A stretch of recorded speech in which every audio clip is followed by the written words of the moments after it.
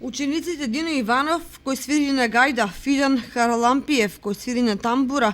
и Бојан Спасовски на тапан под менторство на наставникот Димитар Харалампиев, веќе подолг временски период ја негуваат изворната македонска музика, но очигледно јавноста нивниот несекојдневен настап го забележа за време на манифестацијата Вешта жена во Кочани, откаде следуваа и првите покани за гостување во националните телевизии.